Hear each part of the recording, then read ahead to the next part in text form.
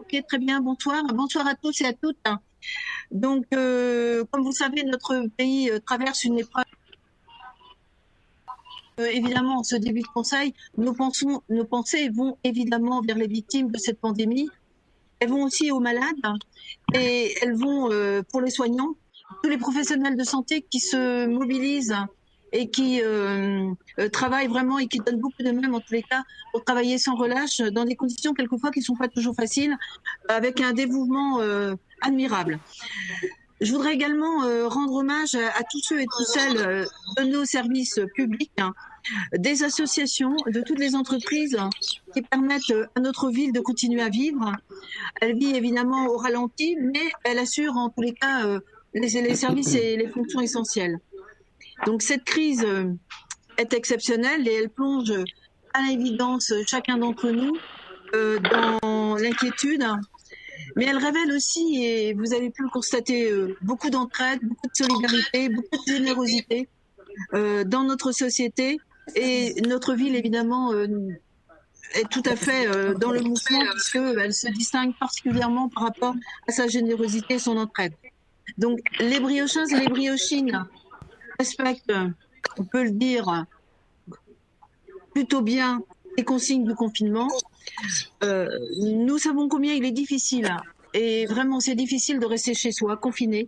C'est d'autant plus difficile si on est en appartement et si on a un appartement qui est petit et s'il y a évidemment des enfants à la maison. C'est franchement difficile et je pense que les briochins et les briochines sont là au rendez-vous pour essayer justement d'éviter que la pandémie se propage.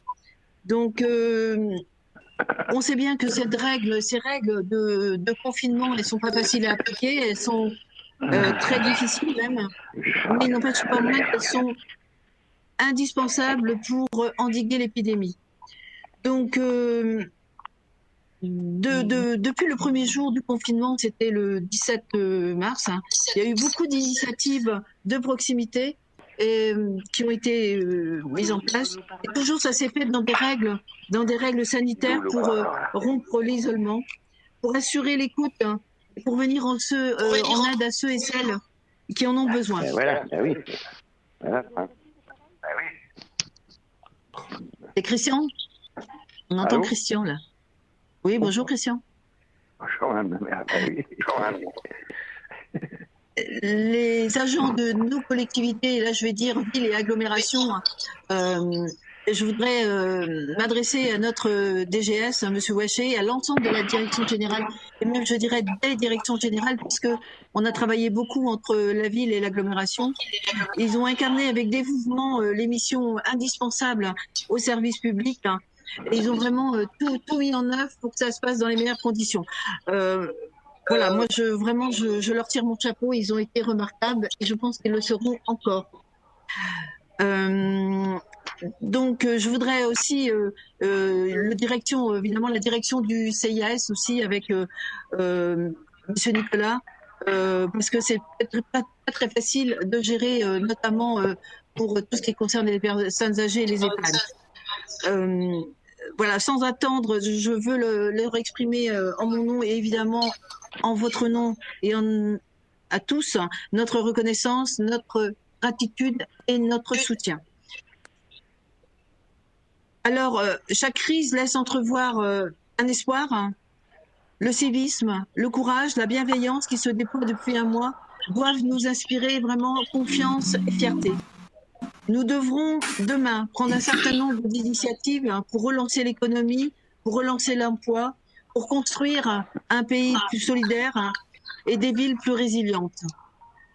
Et parce que l'épidémie n'est pas terminée, il me semble que ce temps n'est pas venu. Mais nous aurons à le faire dans les mois à venir. Il est une seule priorité qui est la mienne depuis le début, mais qui est aussi certainement la vôtre, c'est tout faire pour protéger la santé de nos concitoyens.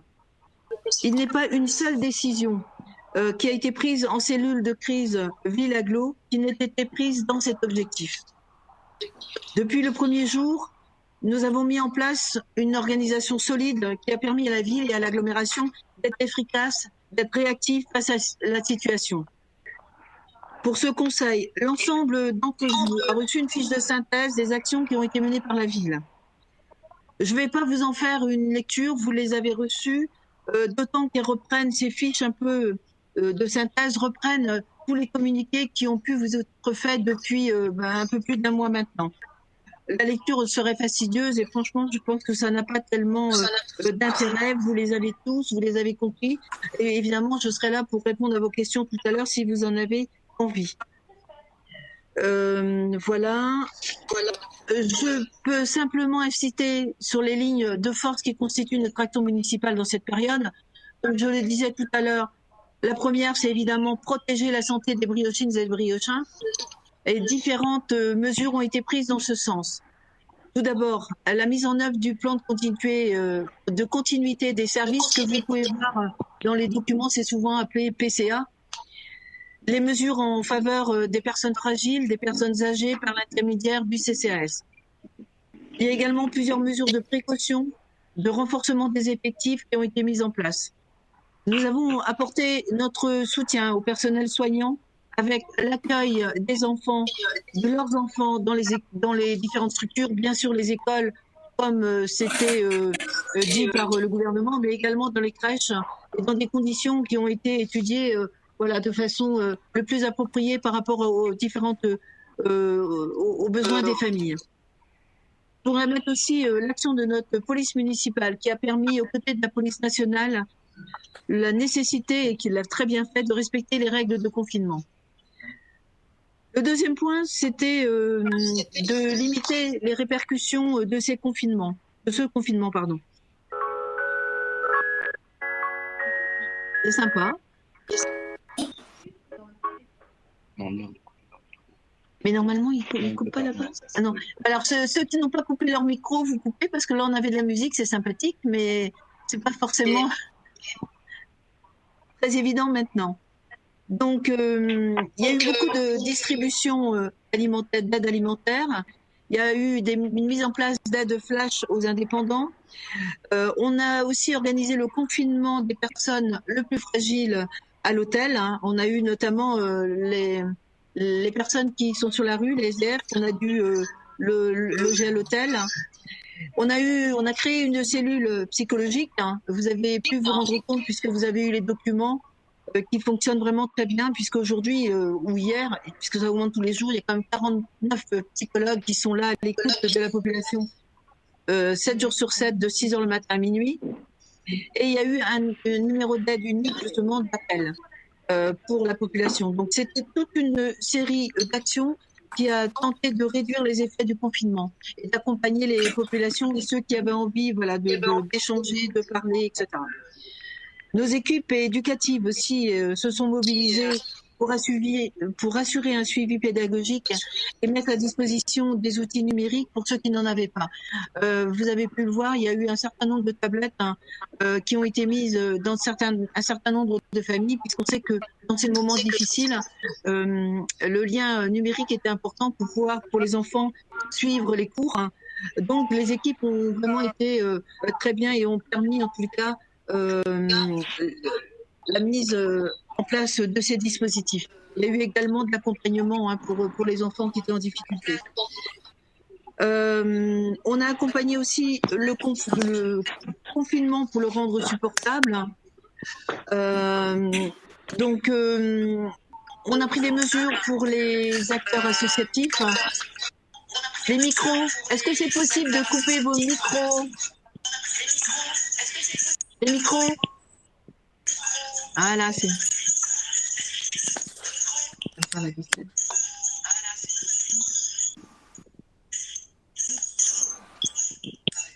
Voilà, nous avons pris des mesures pour les secteurs associatifs, pour les secteurs sportifs, les secteurs culturels. Nous avons tenu à maintenir l'ensemble des subventions aux acteurs associatifs. D'ailleurs, on vous a questionné la semaine dernière. L'ensemble du conseil municipal a eu la liste des subventions qui avaient déjà été travaillées un petit peu en amont en commission. Et donc, on vous a demandé à chacun et à chacune la...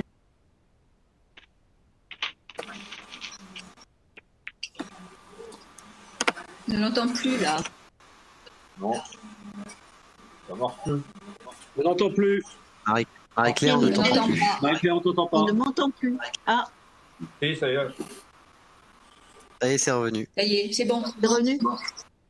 C'est bon. Oui. Non, on n'entend pas encore.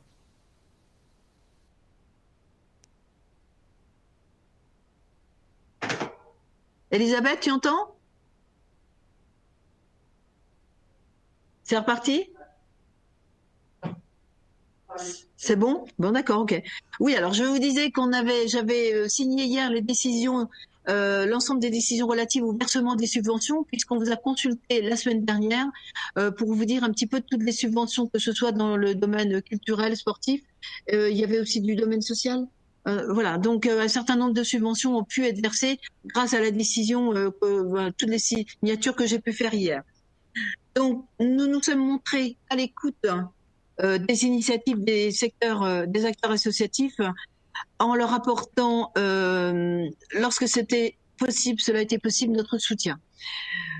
À ce jour, nous travaillons l'agglomération à une série d'aides aux entreprises.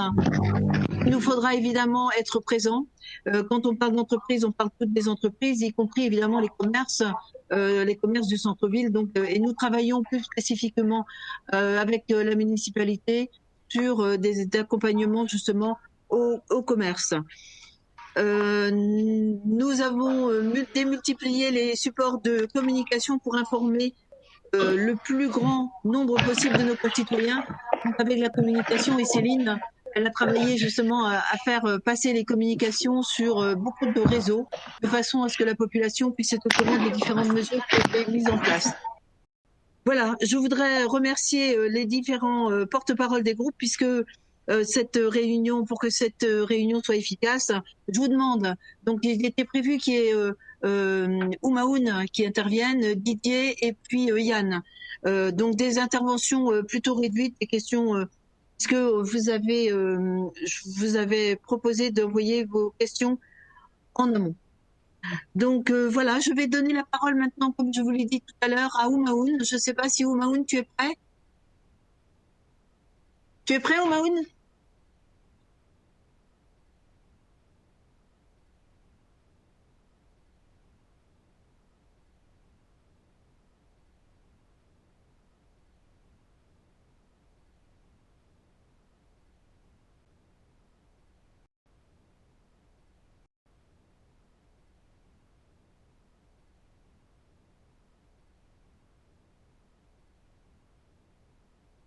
Est-ce que vous m'entendez?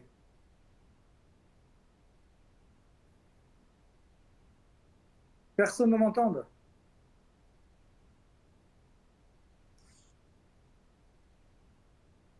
Bon.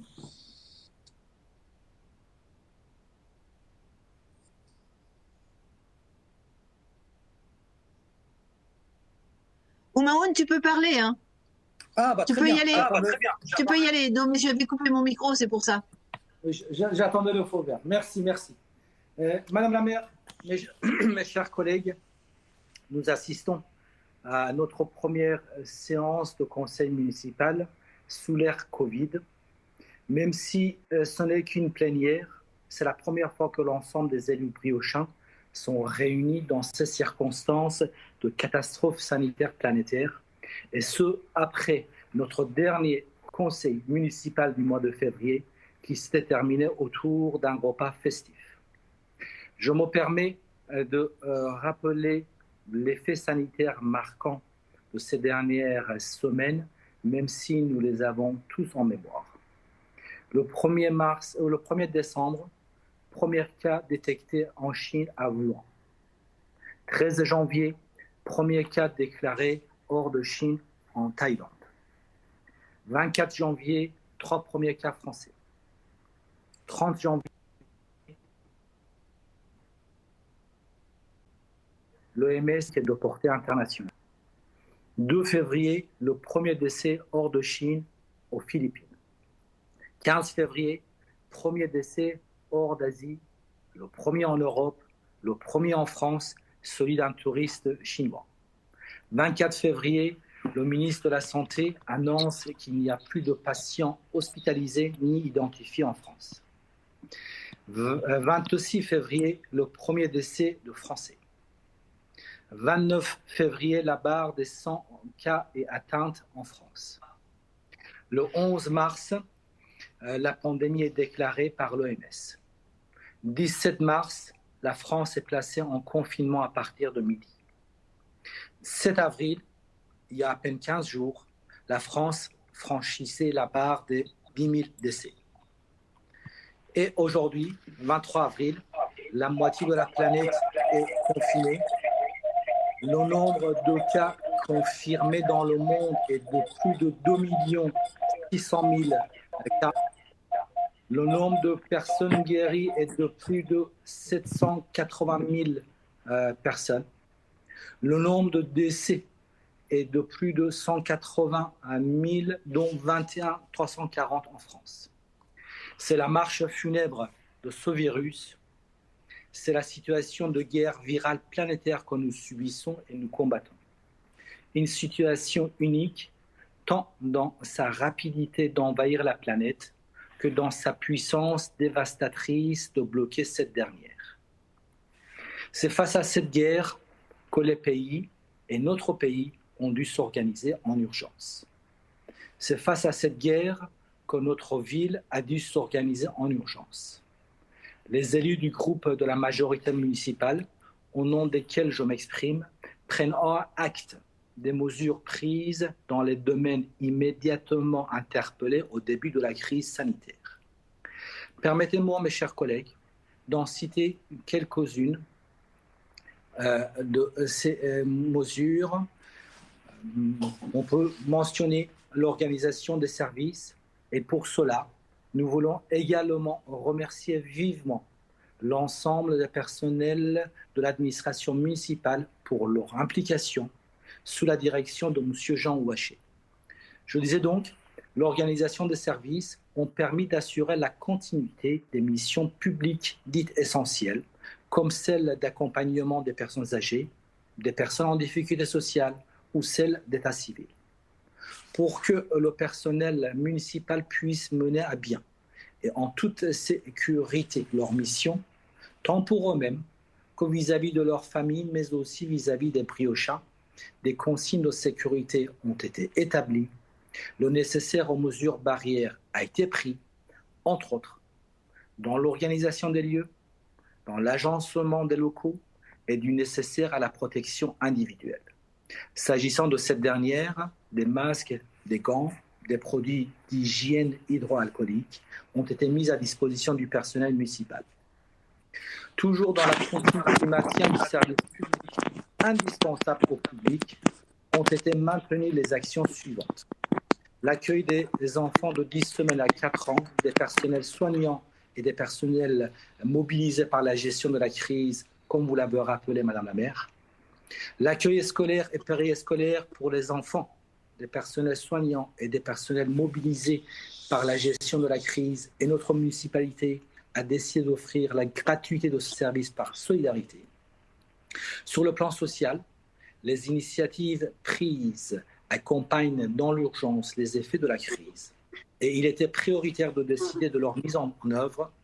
À cet égard, nous souhaitons rendre hommage à toutes celles et à tous ceux qui sont impliqués avec réactivité et disponibilité pour imaginer et concrétiser ces dispositions d'urgence.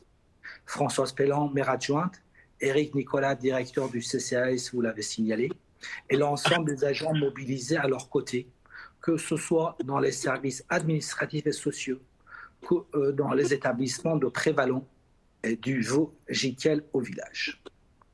S'agissant de ces deux établissements, dès le 3 mars, des masques chirurgicaux, des mesures barrières systématiques et obligatoires sont mises en place. Dès le mi-mars, des masques chirurgicaux sont distribués à l'ensemble du personnel sur le stock de la ville.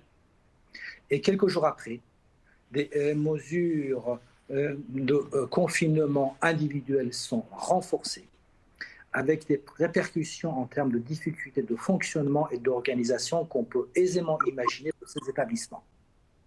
Mais c'est le prix à payer pour ne déplorer aucun blessé parmi ces personnes fragiles et âgées que les établissements briochin ont en responsabilité. S'agissant justement du volet santé, sans encore m'exprimer mieux que Pierre Delourme, les autres maires adjoints concernés et l'ensemble des services impliqués en lien avec les autorités sanitaires et administratives, départementales et régionales, j'aimerais rappeler, d'une part, comme vous l'avez dit, la mise en place de cellules d'écoute psychologique regroupant 48 psychologues qui fait face aux angoisses, aux inquiétudes, aux moments de panique ou tout simplement aux questions des concitoyens briochins et de ceux de l'agglomération, 7 jours sur 7, de 6 heures du matin et ce jusqu'au minuit. D'autre part, l'ouverture d'un centre de consultation médicale et de prélèvement sur la demande de l'ARS et accompagnée par celle-ci au sein de la halle Marivonne du Peureur.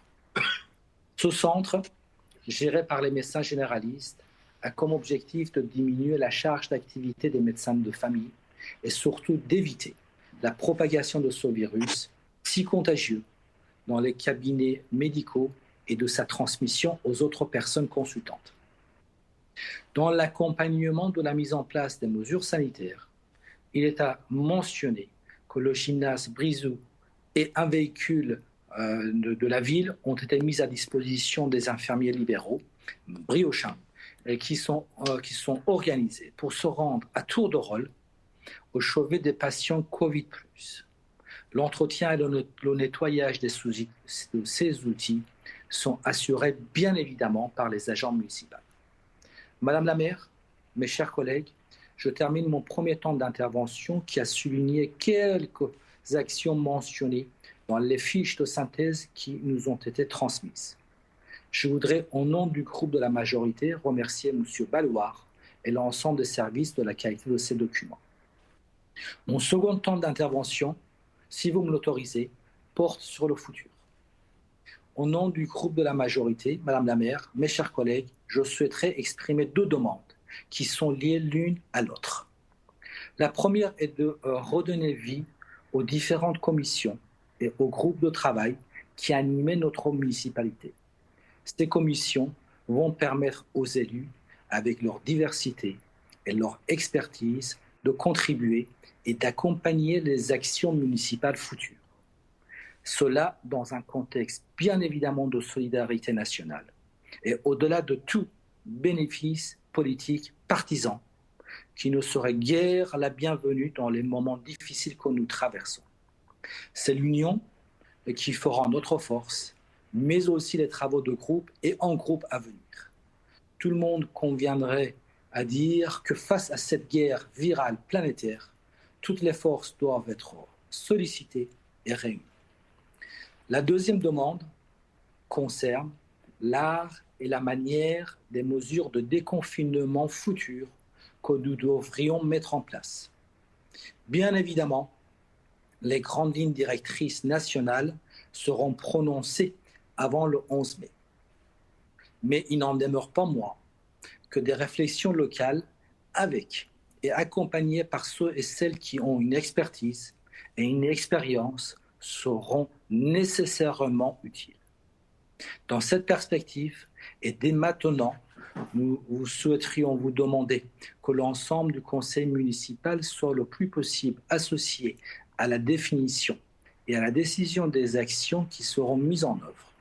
Ces réflexions viendront enrichir et accompagner les préconisations et les instructions nationales. Comme tout le monde, on entend nos concitoyens s'interroger sur l'organisation scolaire de nos enfants briochins, sur l'organisation scolaire de nos adolescents briochins, de la façon sécuritaire sanitaire que les classes, la cour des récrés, les établissements scolaires, la cantine, le transport public, etc., seront organisés à Saint-Brieuc. Comme tout le monde, on entend nos concitoyens s'interroger de la reprise de la vie économique briochine et de l'agglomération, tant dans son organisation que dans son accompagnement. Comme tout le monde, on entend nos concitoyens s'interroger sur l'organisation du transport public, de la circulation des piétons, et j'en passe. D'ores et déjà, nous savons qu'aucune mesure ne serait parfaite ni simple, car si cela était le cas, ailleurs dans le monde et ailleurs en France, elle serait appliquée et autant de questions en auraient vu le jour. D'ores et déjà, nous savons que des râleurs professionnels et des professionnels de critique auront toujours des observations à faire sans solution réaliste contre-proposée.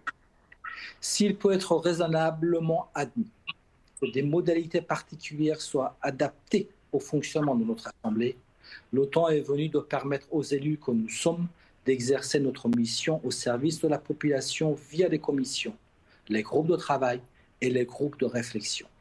Les briochins et les briochines devront être rassurés de notre implication dans la vie municipale et dans la préparation et la mise en place des démarches de déconfinement à venir.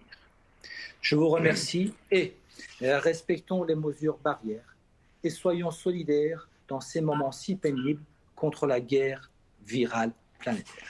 Merci. Merci Oumaoun, merci beaucoup. Je vais passer la parole maintenant à Monsieur Le Buan, à Didier.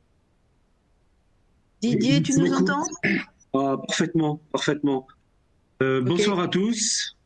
Donc c'est mon tour de dire quel est le point de vue du groupe de la gauche rassemblée, des élus de la gauche rassemblée. Permettez-moi tout d'abord, Madame le maire, de m'associer à votre reconnaissance pleine et entière du travail du personnel municipal et de la direction en particulier qui a été directement au feu, si je puis dire, au cours de cette première partie de la guerre, puisqu'on a bien ce terme-là en tête. Permettez-moi aussi de m'associer avec tout le groupe à la reconnaissance que vous avez voulu émettre auprès de l'ensemble des soignants qui, dans cette ville et ailleurs, eux aussi sont au front. Il n'était pas prévu, la dernière fois que nous nous sommes vus en conseil municipal, que nous nous retrouvions de nouveau assemblés dans la formation de 2014, en vérité. Les circonstances en ont décidé autrement. Depuis la deuxième semaine de mars, la question de la lutte contre le Covid-19 est devenue le dossier. Même pas prioritaire, c'est le dossier, il n'y en a pas d'autre. Provoquant le confinement de toute la population, l'arrêt de la très grande partie de l'activité économique, de la quasi-totalité de la vie sociale et culturelle des briochins et des briochines, etc. Et interrompant de fait aussi le processus démocratique des élections. Si ces mesures d'un caractère tout à fait exceptionnel ont été prises, c'est parce que le risque sanitaire du virus qui s'est imposé dans nos vies, avec toute la virulence que l'on connaît, est d'une gravité, elle aussi, exceptionnelle. Une étude a révélé hier le chiffre de 60 000 morts évitées par les mesures qui ont été prises au niveau français. Et ceci dans les seuls hôpitaux. Imaginons que ces mesures n'aient pas été prises et on frissonne, pour ne pas dire plus, devant ce qui aurait été une crise véritablement terrifiante au plan humain. Les courbes retombent, les hôpitaux, notamment dans le Grand Est et en Île-de-France, respirent un peu mieux, si je puis dire. Les nôtres aussi, même s'ils n'ont pas atteint les pics de crise de ceux des régions citées, loin s'en faut. Une bataille semble, sinon gagnée, en tout cas en voie de règlement. Mais la guerre, je reparlais à l'instant, elle ne l'est pas. Une moitié de l'humanité ne peut vivre confinée indéfiniment, une nation et une ville non plus. Et voici que la question de la fin du confinement se profile non pas comme une vraie fin, mais plutôt comme le début d'une autre épreuve, celle d'une vie sous menace, en attendant la définition d'un traitement et d'un vaccin qui, pour celui-ci, semble ne pouvoir être réalisé qu'en 2021. Le fonctionnement du 11 mai ne sera donc pas celui du 17 mars. D'autres comportements, d'autres disciplines devront se construire, impliquant civisme, responsabilité et engagement de chacun et de tous. Comment s'y préparer? Comment y préparer notre ville? comment aider ces habitants à vivre cette nouvelle vie conditionnée, sinon confinée. C'est au fond cela qui nous semble le plus important ce soir. Construire une réponse efficace, respectueuse, capable de faire face aux défis sanitaires du temps qui est et qui vient. J'y reviendrai dans quelques instants. Mais au préalable, il me semblait important de parler de ces semaines que nous venons de vivre hors normes,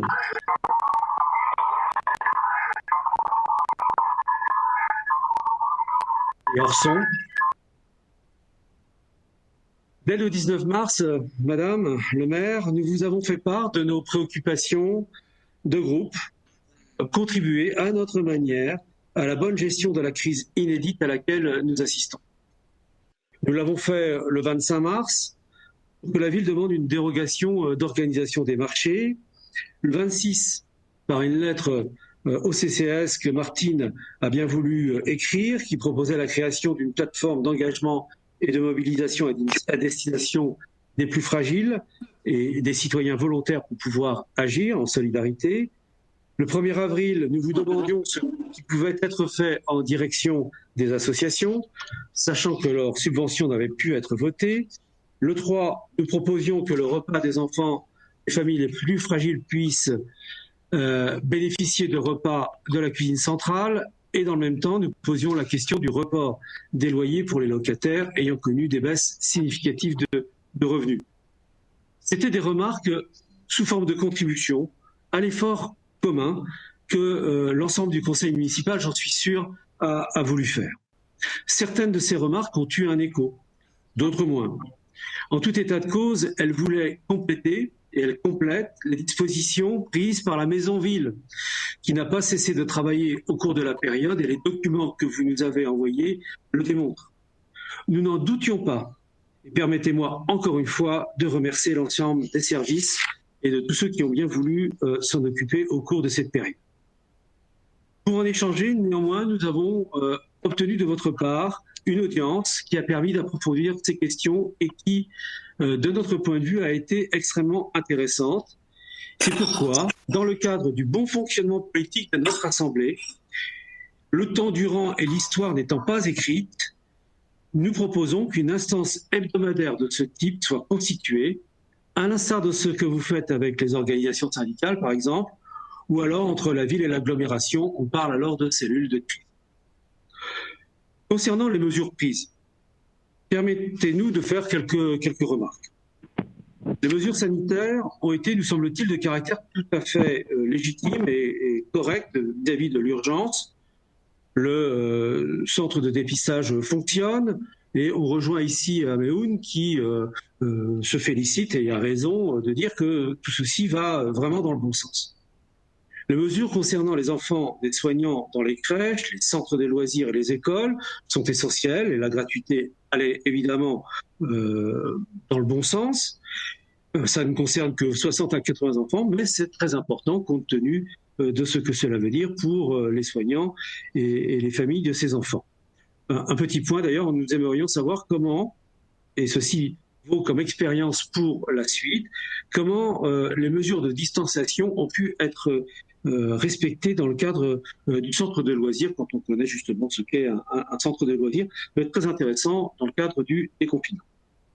Le CCAS et les EHPAD ont fonctionné au mieux de ce qu'ils pouvaient fonctionner dans la situation qu'on connaît. Reste la question de l'organisation des visites aux résidents. Comment va-t-elle se mettre en place? Il des parloirs vitrés, comme on a pu le voir et on peut le voir dans d'autres communes. En matière éducative, le prêt de 11 tablettes à la Brèche-aux-Cornes et à la Croix-Rouge va dans le bon sens. 11 tablettes. Honnêtement, nous croyons que c'est peu au regard de la réalité de notre ville et des besoins de ces enfants, en particulier pour les écoles de ZEP, on les appellera comme ça pour que chacun ait bien en tête. Un recensement complet des besoins a-t-il été fait? Les familles ont-elles été contactées pour ce faire? Nous pensons que la fracture numérique est aujourd'hui plus qu'évidente. Et elle est encore plus odieuse lorsqu'il s'agit de l'avenir éducatif des enfants. Et nous sommes, j'en suis sûr, tous tellement d'accord pour que la ville s'engage à fond pour la réduire. S'il y a d'ailleurs bien un point que démontre la crise, c'est bien la profondeur de l'injustice sociale et la vanité de l'idéologie libérale lorsque l'on voit l'importance que prend la puissance publique et son retour à plein régime pour faire face à ce qui vient de nous être infligé.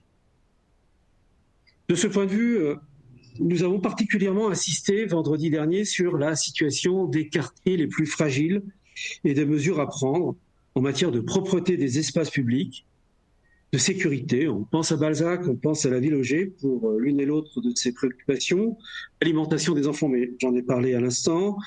Mais dans ce cadre, nous pouvons aussi imaginer qu'au-delà des repas fournis par la cuisine centrale, nous pourrions proposer aux familles des paniers de produits frais provenant des producteurs locaux, mis à la disposition donc de ces familles, autant que de besoin.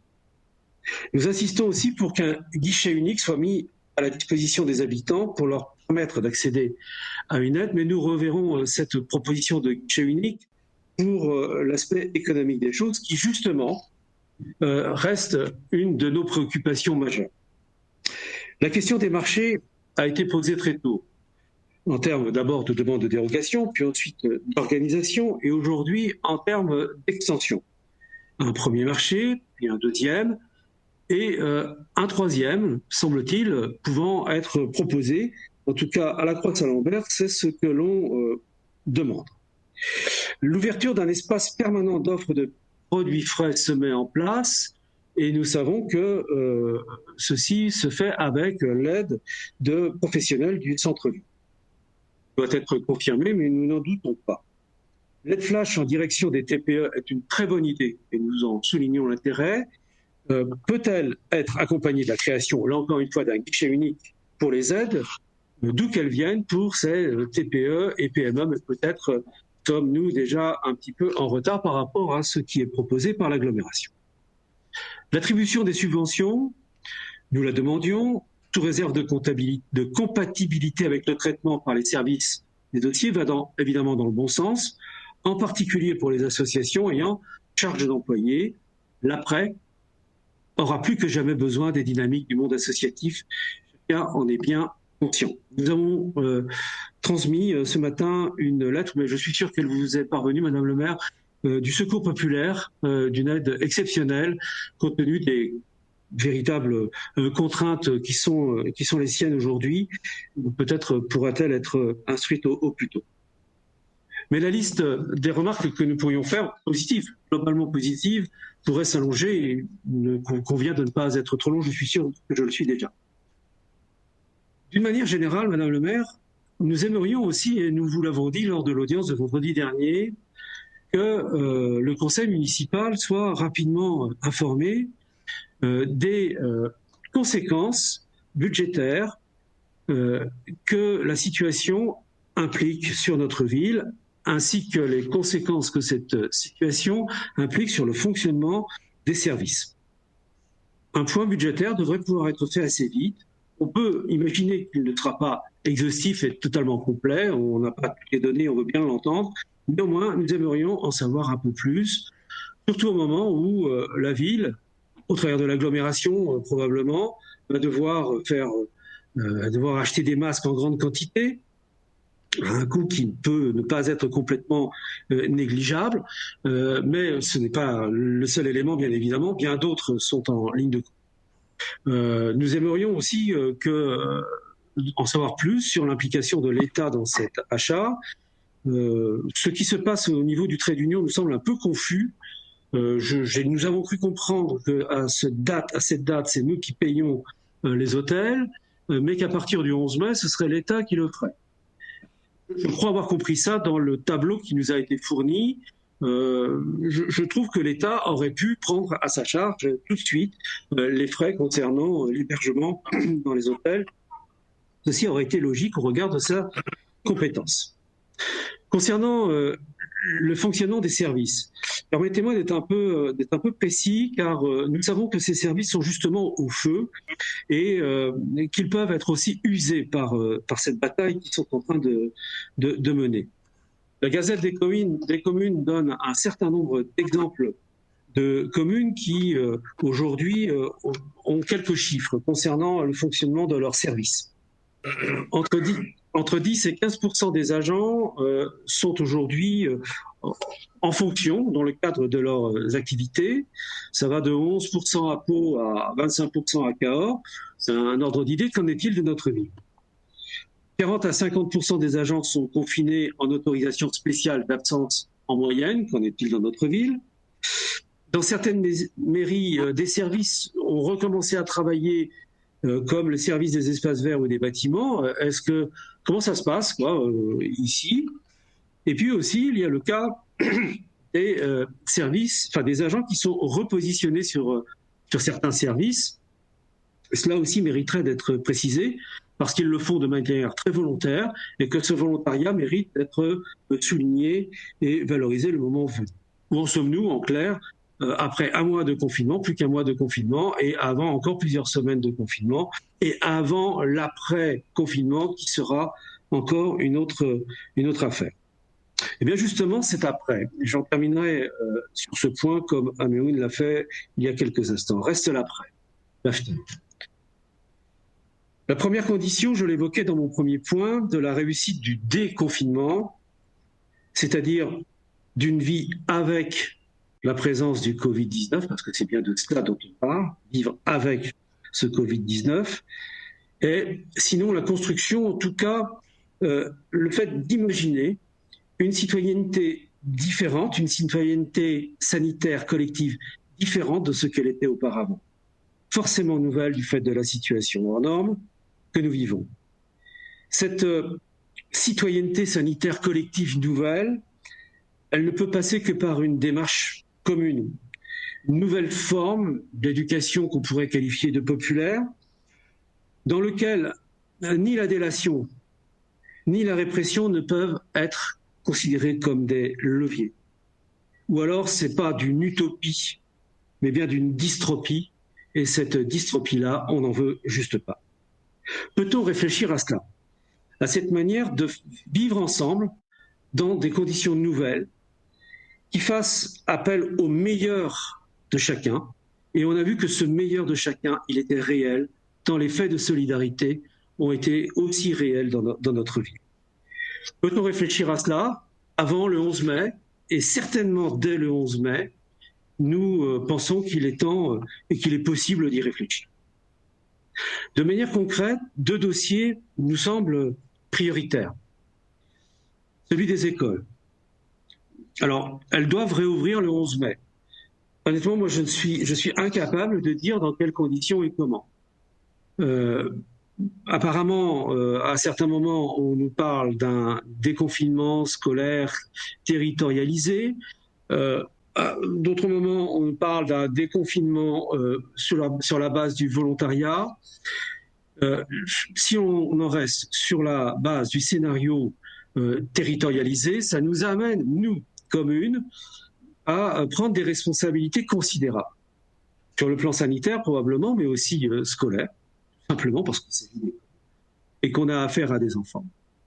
Donc, quelques questions se posent. Le ferons-nous tout seul dans notre coin ou aborderons-nous cette question avec les autres communes de l'agglomération à tout le monde, en cohérence? Et si nous le faisons, allons-nous le faire de manière globale? Je ne suis pas sûr que, Madame le maire, vous puissiez me répondre là ce soir. Peut-être qu'il faut encore beaucoup y réfléchir et j'en suis sûr. Mais en l'état de notre réalité sociale, ne serait-il pas préférable d'aborder cette question de manière prioritaire vis-à-vis des écoles d'OSEP et les besoins des écoles où on sait qu'il y a le plus d'enfants en difficulté, on pourrait reparler encore une fois de la fracture numérique, prioriser ces écoles, mais le faire évidemment avec l'éducation nationale, quel est son point de vue sur Saint-Brieuc, et évidemment avec les enseignants, et là nous avons quelques semaines pour en parler avec eux. C'est évidemment essentiel pour faire les choses comme il faut. La deuxième question, qui est aussi extrêmement importante, dans une ville où la densité est forcément importante, enfin, la densité de population forcément importante, c'est celle des déplacements.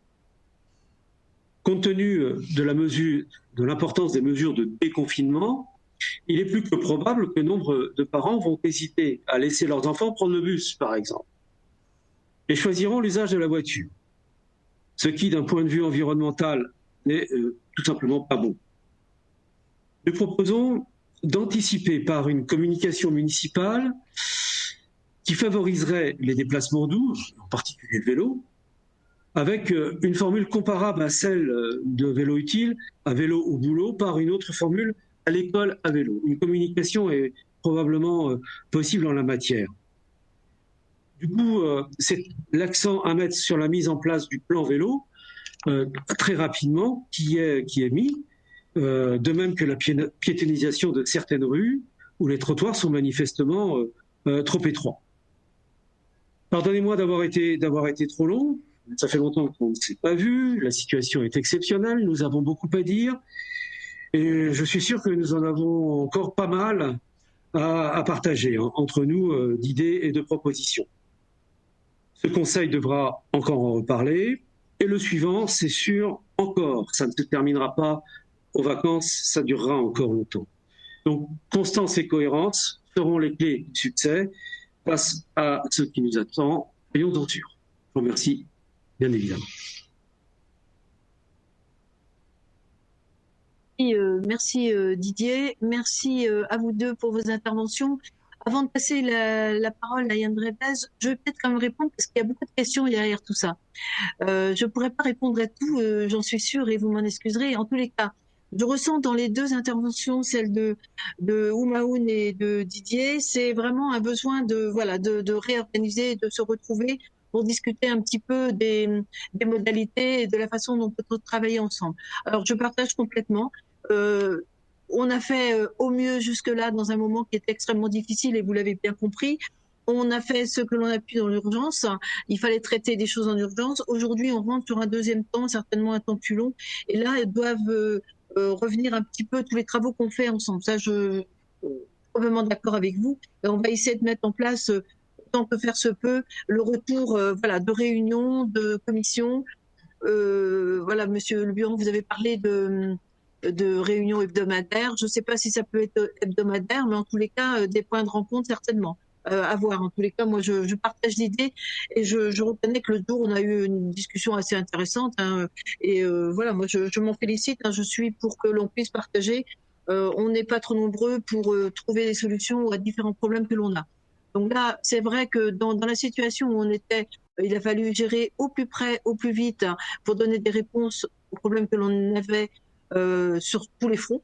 Et donc, vous avez bien compris que et la cellule de crise qui a été mise en place, elle a été faite pour justement permettre de réagir le plus vite et donner des solutions urgentes. Pour ce qui est, alors par rapport à il y a par rapport la fin du déconfinement peut-être sur peut-être en dernier. Alors sur les mesures prises, Monsieur Le Buron, vous avez parlé dans des centres de loisirs tout à l'heure. J'ai aucun doute que les mesures de distanciation ont été faites pour les enfants. Je n'ai pas, Monsieur Le Foll n'est pas là, mais peut-être que Gérard est là et a vu pour les différentes, ce qui a été mis en place, mais je suis sûre que les services l'ont fait dans les mesures les plus correctes pour les enfants. Je n'ai pas de doute, mais on pourra vous apporter des réponses plus précises après. Je les ai pas aujourd'hui, mais on pourra vous les apporter. J'ai pas de doute parce que à chaque fois qu'on a parlé des différentes thématiques, c'était à chaque fois la distanciation dans tous les domaines. Donc j'ai pas de doute. Maintenant la question est posée. Vous avez eu raison de la poser, mais vous aurez la réponse. Pour ce qui est des visites dans les EHPAD, effectivement le président de la République, le Premier ministre a annoncé dimanche. Que les EHPAD, les visites pouvaient avoir lieu dès lundi. Vous imaginez bien que ce n'était pas possible dès lundi matin à 8h.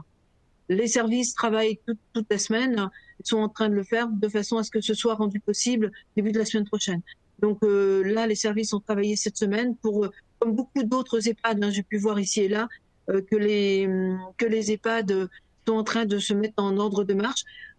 pour assurer la sécurité, ne l'oublions pas. On a la chance d'avoir mis des règles très strictes, mais on peut se féliciter d'avoir 0 cas, en tout cas, dans nos structures.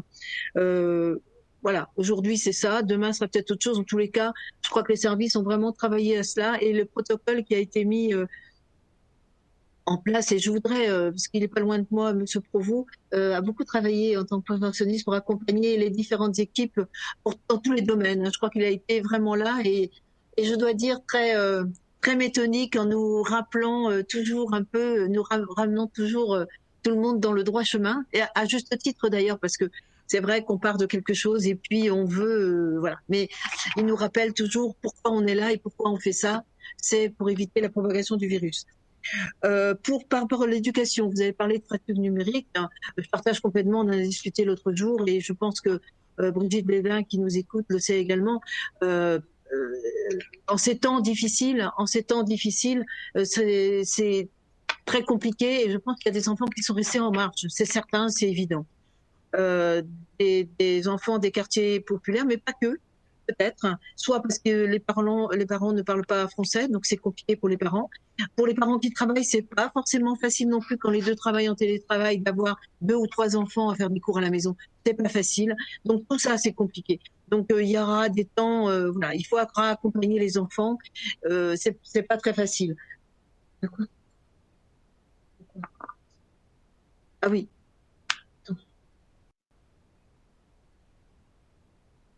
Oui. Vous avez parlé de fracture numérique. Bon, on y travaille. Voilà, on sait très bien. Et il faut agir. Et vous avez eu raison de le signaler. Pour la cuisine centrale, vous aviez parlé l'autre jour, et c'est vrai que vous aviez déjà posé la question il y a quelques semaines d'ailleurs. Je ne sais plus si c'est par courrier ou en oral plutôt, sur la cuisine centrale par rapport aux enfants, pour les enfants justement qui d'habitude ont un seul repas à l'école et que là ils l'avaient plus et que c'est un problème. Et c'est un vrai problème, vous avez raison.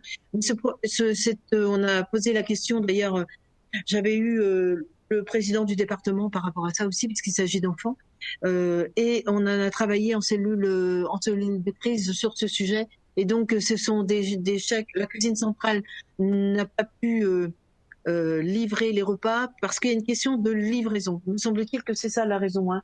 C'est surtout la difficulté de livraison. Hein. Distribution, voilà, c'est ça. Donc on a accompagné les services avec des chèques alimentaires. Donc les services ont travaillé avec le CCAS, partenariat avec le CCAS bien sûr, qui connaît bien les familles, pour accompagner et donner des chèques repas, pour des chèques alimentaires, où les familles ne peuvent avoir que de l'alimentaire ou que des produits d'hygiène avec ces chèques-là. C'est une réponse.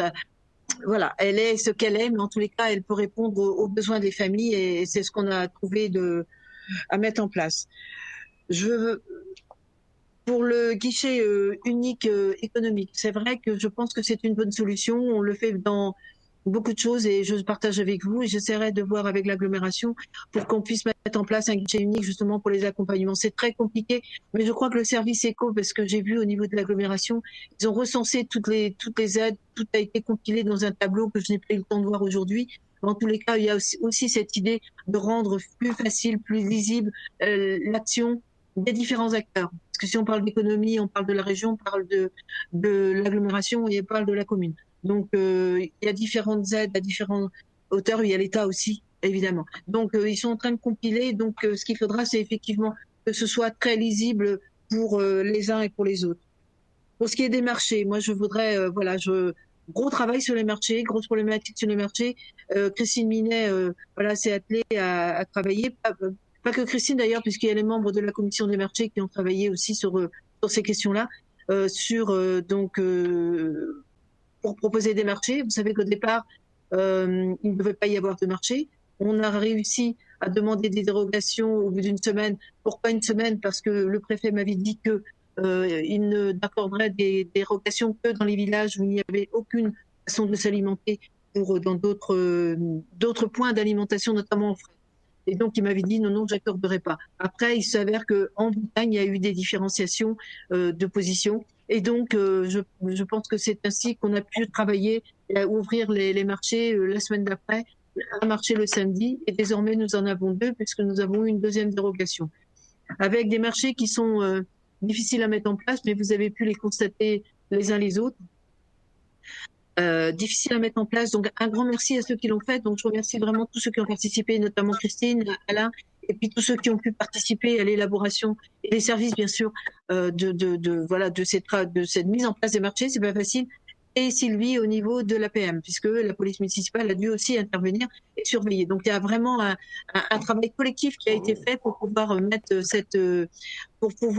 que ces marchés se passent dans le mieux possible, en permettant justement la sécurité à la fois des vendeurs ou des producteurs, puisqu'il s'agit de marché de producteurs, et puis des gens qui allaient au marché. On a aussi une clientèle âgée qu'il faut protéger.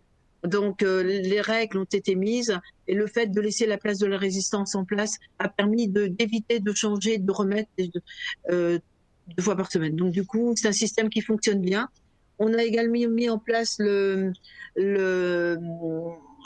c'est vrai que vous en avez parlé l'autre jour, mais j'avais eu cette idée-là et j'avais réfléchi à ça aussi avant, et ça n'a été que du coup un clic pour appuyer sur l'activité. C'est le click and collect qui est en train de se mettre en place. Donc avec des magasins des gens du marché qui n'ont pas la possibilité de venir. Je crois que c'est ce qui a été choisi. Des personnes qui n'ont pas la possibilité de venir et qui pourront venir faire des points de vente dans un endroit. Donc il y a une procédure informatique click and collect. Les modalités sont en train d'être mises en place, mais il y a déjà un process qui a été pratiquement qu'il est écrit. Ils sont en train de voir, les commerçants se sont intéressés aujourd'hui. Donc c'est une démarche qui avance. Et je pense personnellement, parce que il faudra profiter après la crise de ce qu'a été la crise, et sans doute d'avoir des modalités de consommation ou d'utilisation de la ville différentes. Vous avez parlé des vélos, on pourra y revenir tout à l'heure, mais je pense que le fait d'avoir des façons de consommer différentes et des producteurs ou des magasins qui peuvent mettre en place du click and collect fera aussi qu'on pourra beaucoup mieux contrer au niveau du centre-ville tout ce qui est fait en périphérie ou ailleurs, ou sur Internet. C'est aussi une façon de travailler. Ça a commencé à se mettre en place avant. C'est un moteur aujourd'hui. On voit que les plateformes se mettent en place, les outils numériques se mettent en place, et je pense que les possibilités qui seront offertes aux consommateurs et aux briochins seront là. Donc c'est plutôt des choses qui avancent. Je m'en félicite dans cette temps de crise d'aller si vite. Ça va très vite en fait. On s'aperçoit qu'on réfléchit très vite. Alors, il y a aussi une aide flash, et là c'est intéressant ce qui a pu être mis en place, et de l'aide flash au TPE. On sait très bien que les entreprises, les toutes petites entreprises ont de grosses difficultés aujourd'hui. Même des tout petits commerçants, des toutes petites entreprises ont eu vraiment beaucoup de difficultés. Or, c'est une population qui n'est pas habituée à aller demander de l'aide. Et il a fallu être justement un peu proactif par rapport à ces populations qui n'ont pas l'habitude d'aller frapper aux portes du CCAS. Et donc, une aide a été mise en place très rapidement, puisque le dispositif le questionnement a été réfléchi et une solution a été trouvée pratiquement en une journée grâce au service de la ville. On peut se féliciter de la réactivité, et ce système a été mis en place grâce aux chambres consulaires, donc la chambre des métiers et de l'artisanat et la CCI. Parce que c'est eux qui repèrent effectivement les structures ou les jeunes entreprises ou les entreprises qui sont en difficulté, les toutes petites entreprises, et qui étaient en difficulté vraiment très importante, puisque c'est vraiment une aide pour accompagner et pour pouvoir aider les personnes ou ces commerçants-là à pouvoir nourrir leur famille. Donc on est vraiment dans des aides très urgentes. Donc le dispositif a été très rapidement mis en place. Je crois que vous avez parlé tout à l'heure, Monsieur Le Bihan, de la lettre que j'ai reçue du Secours populaire, d'une demande de subvention. Donc effectivement, je l'ai reçue. Elle va être instruite dès que possible avec les services. On l'a bien reçue. Pour ce qui est, vous avez parlé aussi des conséquences budgétaires. Il est évident que tout ce qu'on met en place a des conséquences effectivement budgétaires, notamment et entre autres les commandes de masques qu'on a dû faire pour le public qui est parti aujourd'hui là justement pour des masques grand public que l'on doit mettre et à la charge des communes. Du coup, on voit bien qu'aujourd'hui c'est les collectivités qui doivent prendre ça en charge, des dépenses supplémentaires. Donc c'est vrai qu'avec les services de la ville et Pierre Delorme qui est avec Monsieur Balloire et Vincent Richard sont justement sur ces questions-là et vont suivre et on sera capable, je pense, d'ici une quinzaine de jours d'avoir une situation à peu près. Voilà, on me dit oui, voilà, à peu près, puisqu'effectivement, tant à la ville qu'à l'agglo, ces questions se posent et on doit être voilà, être vigilant et savoir où on va. Donc effectivement, on pourra vous en parler, ça fera l'objet de choses dont on aura à discuter effectivement collectivement, parce que vraiment, il y a des situations particulières. Pour ce qui est du trait d'union, ce que je laisserai peut-être la parole à Jocelyne Chauvin tout à l'heure. Oui, c'est la ville qui a payé les chambres d'hôtel jusqu'au 11 mai, puisqu'il a fallu en urgence mettre à l'abri les personnes qui étaient à la rue, qui ne respectaient pas les règles de confinement forcément, puisqu'elles n'ont pas de toit.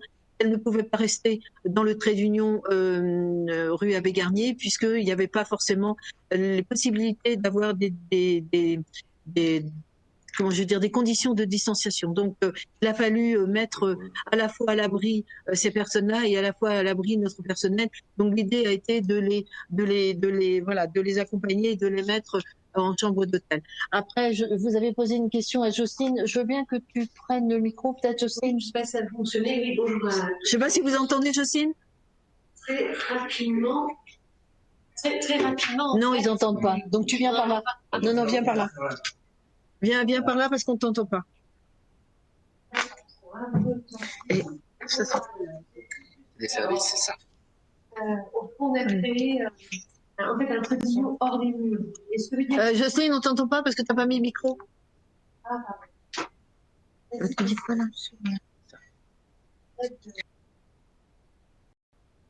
Donc, je disais juste que Madame le maire, on a créé un trait d'union hors les murs, voilà. Et la petite phrase civiline qu'il y a dans le tableau, c'est qu'on maintient en fait nos prestations. On est très usagers actuellement, que nous avons sous notre responsabilité, mais nous n'étendons pas ce panel d'usagers. C'est-à-dire que si une autre personne se présentait, elle est effectivement prise en charge par le 115. Voilà.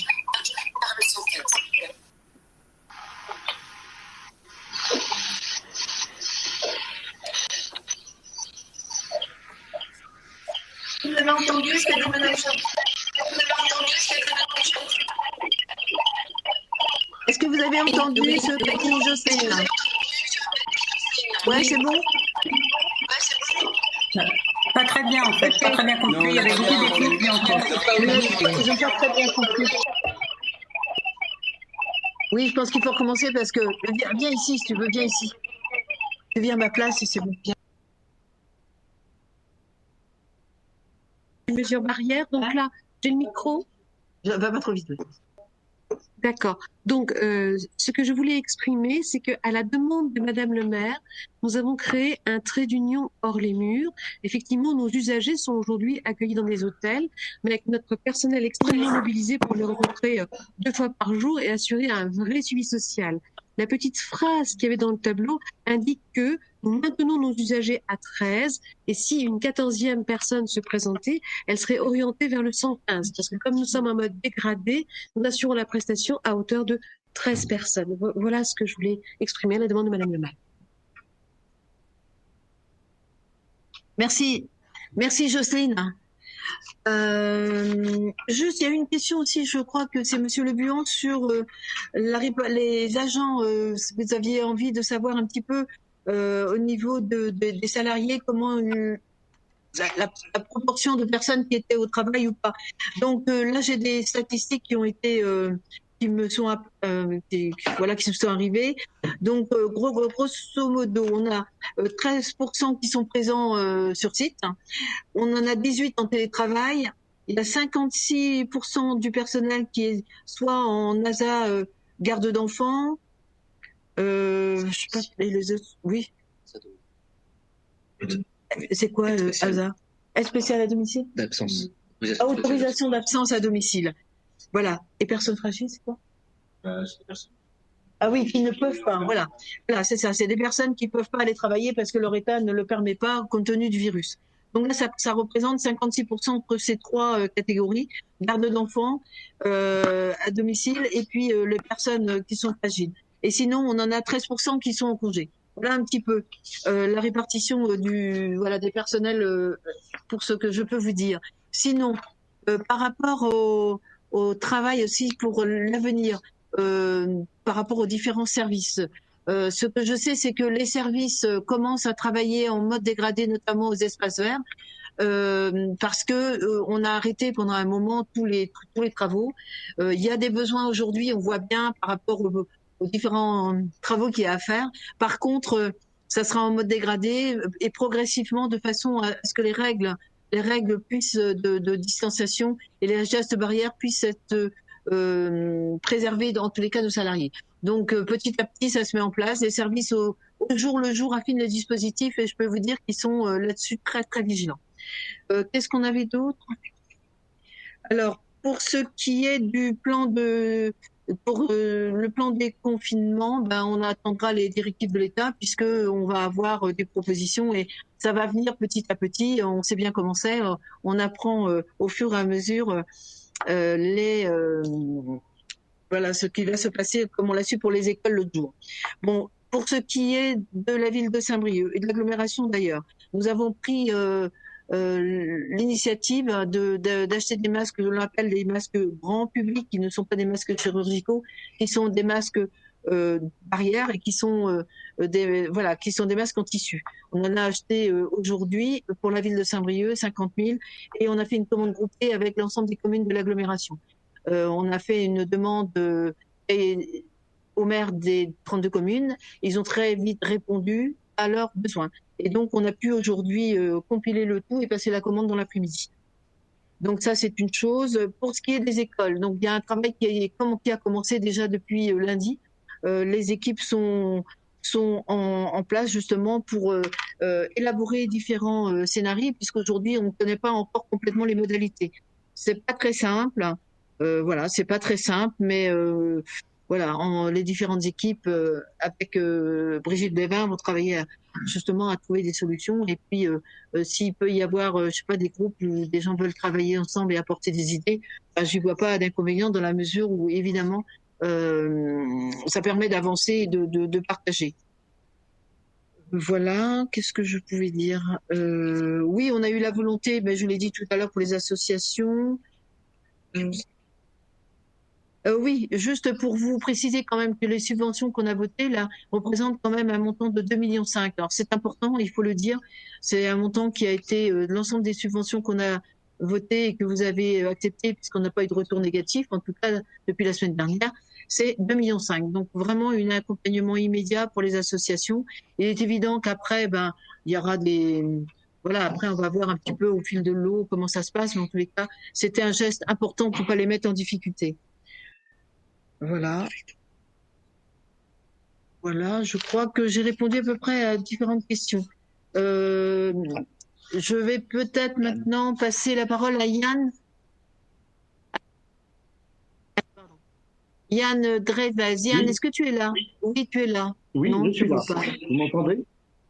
On t'entend, je ne te vois pas, mais on te... Vas-y, mais je ne te vois pas, mais bon, on t'entend, vas-y. Oui, bon, vous ne me voyez pas, mais bon. Je vais essayer d'être assez court, de ne pas être redondant. Vous voyez, bonsoir à tous. Je vais essayer de ne pas être redondant avec ce qui a déjà été dit, parce que beaucoup de choses ont déjà été dites. Ça a été souligné, c'est vraiment une réunion exceptionnelle ce soir à plus d'un titre.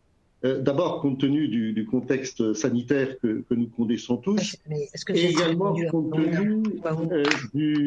tenu du cadre juridique qui a été rendu nécessaire, évidemment, par le contexte sanitaire lui-même. Et ce cadre juridique, Madame la maire, vous avez tenu à nous informer des différentes dispositions qui ont été décidées par les ordonnances prises par le gouvernement. Vous nous avez fait, je crois, un envoi le 16 avril. Il était important, je crois, que nous comprenions tous le fonctionnement de cette période tout à fait exceptionnelle.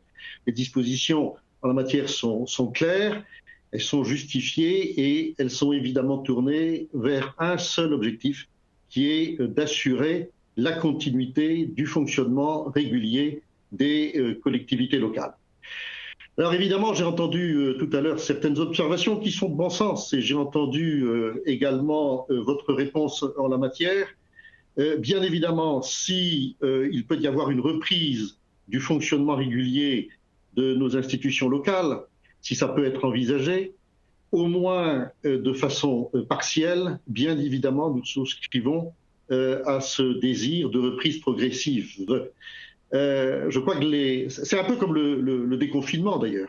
Je crois que les adjectifs qui sont utilisés actuellement pour parler du déconfinement, c'est progressif et différencié. Autrement dit, avec beaucoup de pragmatisme. Et la reprise de nos activités municipales doit se faire selon les mêmes principes. Si les commissions peuvent reprendre un cours normal avant le conseil municipal, eh bien il faut le faire. Ou si c'est le conseil municipal avant les commissions, mais en tous les cas, avec beaucoup de pragmatisme, et je pense que c'est tout à fait possible. Et nous comprenons en revanche parfaitement le cadre juridique tout à fait exceptionnel qui a été mis en œuvre depuis quelque temps. Et dans le cadre de ce cadre de fonctionnement exceptionnel, vous avez évoqué tout à l'heure le fonctionnement de la cellule de crise. Compte tenu de l'urgence, vous avez mis en œuvre cette cellule de crise composée de telle sorte qu'elle réponde à l'impératif absolu d'efficacité. Je crois que le maître mot, et je pense que c'était dans votre réponse, mais tout le monde sera d'accord, compte tenu de l'urgence sanitaire, c'était l'efficacité. Et vous nous avez tenu informés au fur et à mesure sur notre boîte à la mairie des mesures d'urgence qui ont été prises. Et en vue de ce conseil exceptionnel, vous avez, il y a quelques jours, une note de synthèse qui était nécessaire et qui est tout à fait intéressante. Alors je profite de cette note de synthèse qui reprend l'ensemble des actions réalisées par la ville depuis le 16 mars. D'abord, pour remercier, je m'y associe également, l'ensemble des services et les chefs de service qui ont été d'une grande efficacité, les chefs de service à la mairie et tous les agents sur le terrain. Et ensuite, pour remercier également pour la qualité de cette note de synthèse. Elle est synthétique mais exhaustive. Donc je mesure l'importance du travail pour la rédiger et je tiens à remercier le rédacteur ou les rédacteurs. Alors, je ne vais pas reprendre en détail les différentes mesures qui ont été prises depuis le 16 mars, les documents que vous nous avez adressés, notamment sur l'octroi des subventions. Ces documents sont parfaitement clairs. Je pense que nous approuvons tous ces mesures prises, mais évidemment, la réussite du déconfinement est maintenant notre souci majeur, et dans ses différents aspects d'ailleurs, que ce soit sur le plan sanitaire, sur le plan social et sur le plan économique. Et vous avez évoqué tout à l'heure, mais je ne veux pas trop m'appesantir, sur l'achat des masques au niveau de l'agglomération. Et vous avez choisi, il a été choisi la gratuité. Je pense que c'est une excellente mesure, parce que d'abord, c'est un gage d'efficacité, la gratuité. Si on veut que la population se les approprie en masse, il fallait que ce soit gratuit. Et en plus, c'est aussi une mesure d'égalité sociale pour que tout le monde ait accès à cette mesure absolument essentielle. Je ne vais pas m'appesantir sur l'aspect social des choses, puisque Omaoun Alipour l'a très bien fait tout à l'heure. Je vais me centrer, si vous voulez bien, sur l'aspect économique des choses. Avec tous les acteurs qui interviennent en la matière, et ils sont nombreux, ce sont d'abord toutes les entreprises et également toutes les collectivités locales, et elles sont nombreuses. Et là, de nouveau, le maître mot, je crois, dans ce que nous avons observé, c'est que tout le monde avance et travaille la main dans la main, que ce soit l'État avec le gouvernement, la région, le département et bien évidemment la ville et l'agglo, qui sont évidemment amenés à travailler encore plus la main dans la main, compte tenu de leur proximité d'une part, et par ailleurs compte tenu également de la mutualisation des services. Mais chacun intervient dans son domaine de compétences. Le document sur les subventions, je pense que tout le monde en a pris connaissance. Comme vous l'avez dit, vous nous aviez offert la possibilité de faire des observations et apparemment, il y a eu un consensus véritable sur le mode opératoire qui a été adopté, c'est-à-dire que là, c'était de nouveau l'urgence, mais également la responsabilité, parce qu'il nous a bien été précisé qu'il y aurait un suivi dans l'année, fort évidemment, de l'utilisation de ces subventions, et ça me paraît une démarche tout à fait responsable. Je souligne dans les subventions pour maintenir au secteur économique la ligne adressée à Boutique & Co. Ce sont évidemment les commerçants de notre île et nous devons les soutenir. En dehors des subventions et toujours dans le secteur économique, mais les différents intervenants l'ont souligné, c'est ce que l'on peut noter, c'est la création de l'aide flash Covid-19. Ça prend la forme d'une aide alimentaire. Alors dans le document de synthèse, c'était évoqué, encore une fois, document de synthèse qui est très bien fait, mais c'était évoqué et nous n'avions pas trop de détails et j'ai pris connaissance avec intérêt, comme tout le monde, de la note qui a été adressée cet après-midi du conseil municipal où on nous développe, on nous présente de façon détaillée véritablement les mesures qui sont prises, le dispositif. Et j'ai apprécié la présentation cet après-midi, c'est-à-dire que on nous dit bien que ce qui prime, c'est le bon sens, c'est l'empathie, c'est aussi la confiance. La confiance, c'est-à-dire qu'on demande aux bénéficiaires éventuels de cette aide une attestation, un engagement moral, avec une présentation très simple de leur situation. J'ai bien noté qu'il y avait un souci de discrétion. J'ai apprécié ces éléments dans la note. À la fin, évidemment, il y a un problème de communication, parce que si on veut être un peu discret, il y a aussi un problème de communication. J'ai noté une communication massive, mais qui ne doit pas descendre, et ça fera l'objet d'une de mes deux observations finales tout à l'heure, parce que je pense que l'on peut réfléchir tous sur la nécessité d'information de nos différents, des différents acteurs économiques. Alors je le disais, on fonctionne la main dans la main. Il y a aussi certainement un besoin d'accompagnement pour la connaissance de toutes les mesures qui ont été prises, et je voudrais quand même souligner, parce que la ville n'intervient pas toute seule, brièvement, c'est un véritable arsenal de mesures qui a été prise, tant au niveau national qu'au niveau régional qu'au niveau communal, à destination des PME et des TPE, les petites et moyennes entreprises également, les très petites entreprises qui sont un élément essentiel de notre tissu économique. Et nous savons que dans les très petites entreprises, il y a des entreprises avec salariés et des entreprises sans salariés. Je ne vais faire un inventaire à l'après-vert de toutes les mesures, mais je soulignerai rapidement d'abord le chômage partiel qui a été adopté et que beaucoup ont découvert. C'est un dispositif rapide, d'une efficacité un peu bluffante. Je dois dire que beaucoup ont été bluffés par ce dispositif qui est basé sur l'efficacité et la confiance. Alors au début, il y a peut-être eu des difficultés de connexion des différents acteurs économiques qui ont voulu adresser leur dossier, mais une fois que la connexion a été faite, mais là il y avait des impératifs économiques et informatiques, pardon, compte tenu des demandes. Ensuite, ça a été d'une efficacité redoutable dans la réponse qui a été apportée aux entreprises et dans le remboursement également, je tiens à le souligner, le remboursement des salaires versés en mars qui sont intervenus très rapidement en avril. Et je signalerai simplement le report des charges en matière fiscale et sociale, le décalage des de prêts, les prêts garantis par l'État, les aides financières également pour ceux qui souffrent d'une baisse drastique de leur chiffre d'affaires. Alors on peut toujours trouver que l'aide financière est insuffisante, mais elle a le mérite d'exister et elle s'inscrit dans un dispositif global. Et c'est bien dans ce dispositif global, je pense, qu'il faut inscrire également l'action de la ville. Et c'est la raison pour laquelle je terminerai par deux réflexions en me tenant au terrain économique. Et à mon avis, il y a deux besoins urgents.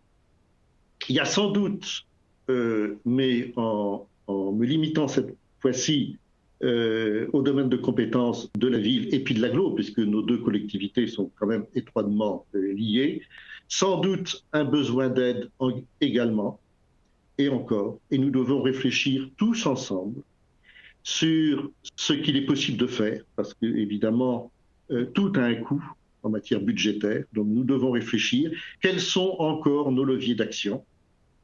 Est-ce qu'on peut jouer sur les redevances d'occupation? Est-ce qu'on peut jouer sur la taxe foncière? Ou est-ce qu'il y a d'autres modalités? L'État doit nous permettre également, puisque ça se fait dans un cadre juridique contraint, l'État doit nous permettre de réfléchir à d'autres leviers d'action. Et ma deuxième réflexion porte certainement sur un besoin d'information ou un besoin d'accès à l'information lorsqu'elle est disponible, mais il y a souvent une difficulté d'accès à cette information. Alors il y a beaucoup d'acteurs, il ne s'agit pas de faire des doublons. J'ai entendu tout à l'heure parler de guichet unique. Hein. C'est un mode opératoire que nous connaissons bien, qui existe depuis très longtemps. Les créateurs d'entreprises connaissent bien le système du guichet unique. Je sais bien que c'est l'agglo qui a la compétence économique, mais pourquoi ne pas envisager à l'hôtel de ville un bureau où les commerçants, les artisans, les professions indépendantes pourraient venir se renseigner, même si sur les différents dispositifs, même si ensuite ils pourraient être réorientés vers les bons conseillers.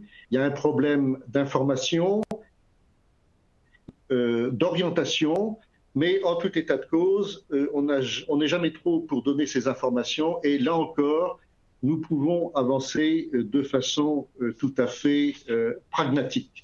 Donc voilà ce que je voulais dire sans prolonger les débats. Vous voyez, l'action de la ville est extrêmement importante, mais elle ne doit pas être appréciée isolément. Elle ne peut être appréciée que replacée dans un cadre global avec l'intervention de tous les acteurs, que ce soit les chambres consulaires ou les collectivités locales. La France, je crois, nous le constatons tous, a bien réagi. La ville de Saint-Brieuc a bien réagi. Il y a maintenant une donnée qui va s'imposer à nous tous, c'est la situation sanitaire. Ça, c'est largement entre les mains de nos concitoyens, mais nous sommes là également pour les aider.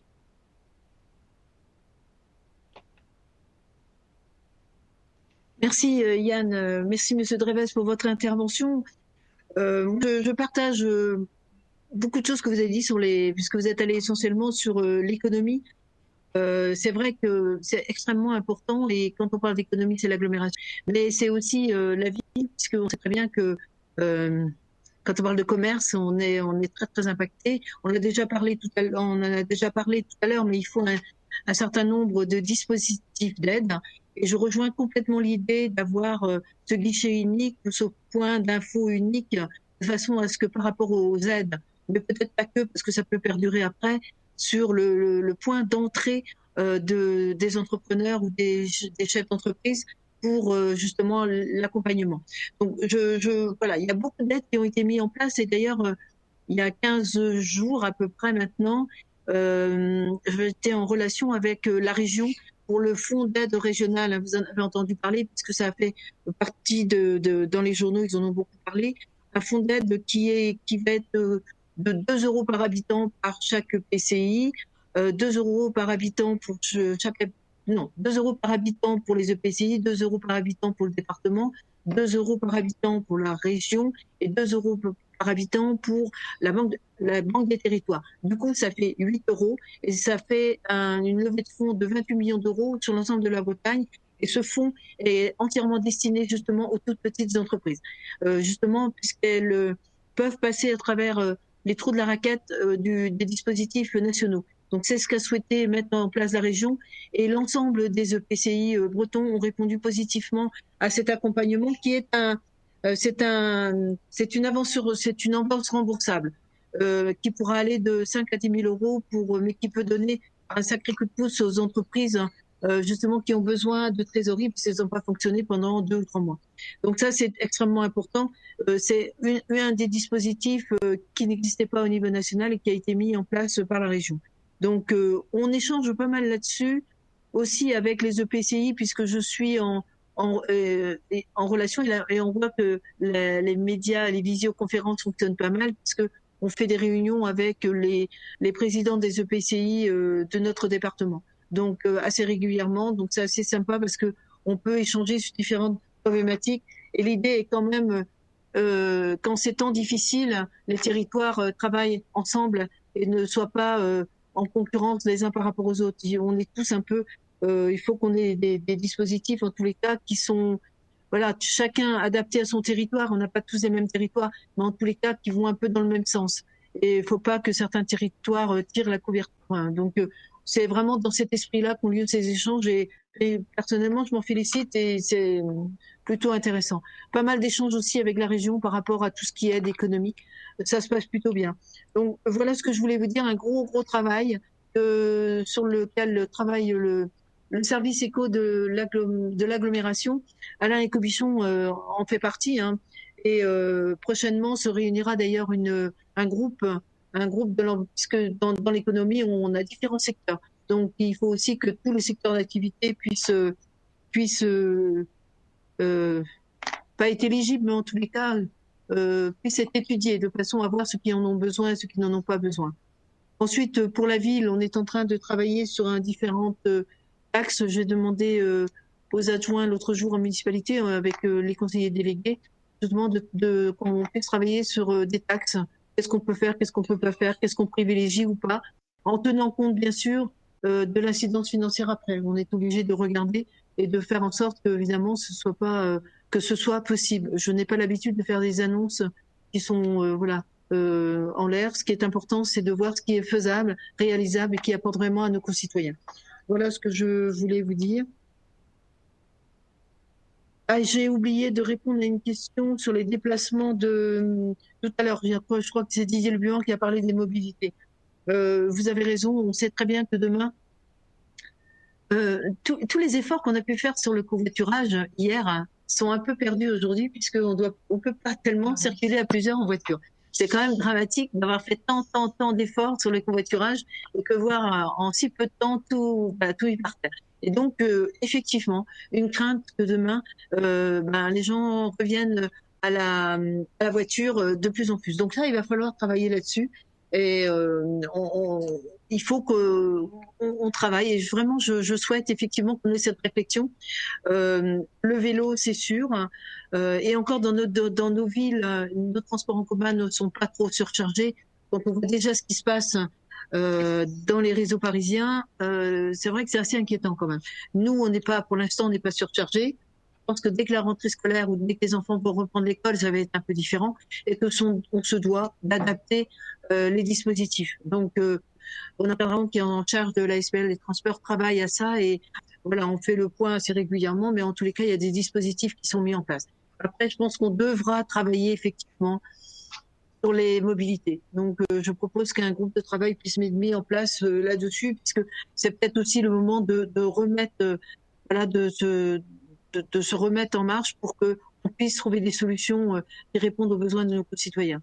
Et profitons de ce moment difficile pour repenser un peu différemment la ville, peut-être, la ville de demain.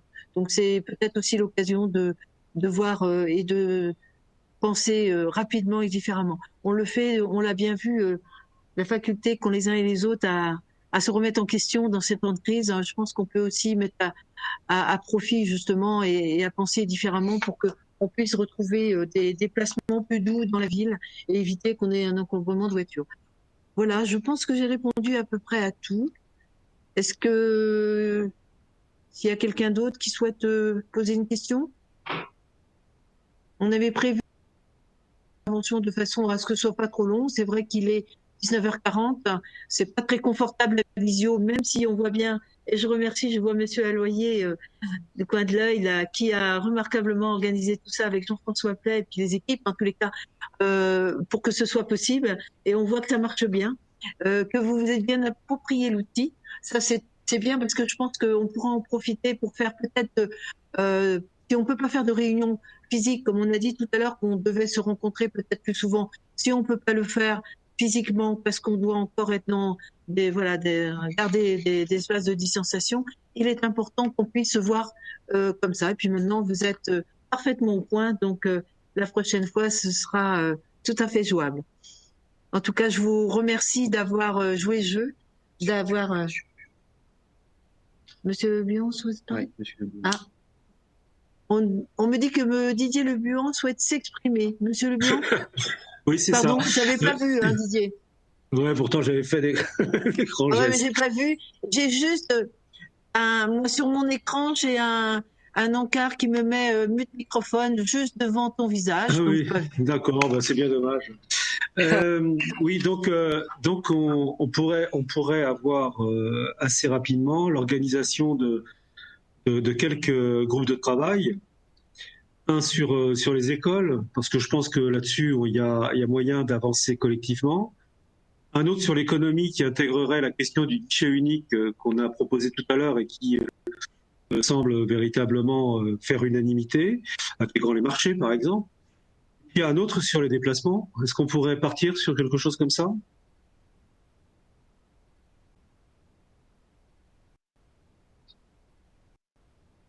On peut commencer à... Pardon, c'est bon là? Ouais, non, je pense qu'effectivement, ça peut être intéressant de travailler. Je pense que c'est bien d'être à plusieurs, de travailler sur ces questions-là. Donc, sur le groupe école, moi, je trouve ça intéressant et je pense que Brigitte, tu es là certainement, Brigitte. Je t'ai pas entendu, mais je pense que tu es assez favorable aussi, Brigitte. Un groupe sur l'économie, parce que c'est vrai, il y a peut-être des problématiques qu'on peut voir ensemble, des questions qu'on n'a pas pu. C'est important de se mettre à plusieurs. Sur le déplacement, oui, il y a un vrai besoin. Moi, je partage. Il y a peut-être d'autres groupes, mais en tous les cas, je partage l'idée de faire ça. Ok. Brigitte, tu voulais dire quelque chose sur les écoles ou pas? Non? Oh bah, pour l'instant, tout se met en place par rapport, c'est surtout des diagnostics par rapport au nombre de classes possibles, étant donné qu'il ne faut que 15 élèves. Donc, on est en préparation d'une note et de groupe de travail qui serait important à tenir pour justement que tout le monde soit bien d'accord. On ne peut pas non plus mettre que les écoles de REP. Je pense qu'il y a une attente aussi pour d'autres parents. Donc tout ça est à discuter à la fois avec les services et puis si on peut constituer comme une commission justement pour aborder tous ces points-là. Donc ça c'est important, je pense. Moi, je pense que voilà. Très bien. Bon, je crois qu'on a épuisé un petit peu l'ordre du jour et ce que je souhaitais vous dire ce soir. Et je voulais vraiment vous remercier des échanges, d'avoir fait l'effort de vous mettre à ces nouvelles technologies. Et puis, la prochaine fois, on verra si on le fait de cette façon-là, le conseil municipal, ou alors si on sera en présentiel cette fois-là. Tout dépend des consignes qu'on pourra avoir au niveau gouvernement. Voilà, il me reste à vous remercier et à vous dire au revoir. Bonsoir. Bonsoir.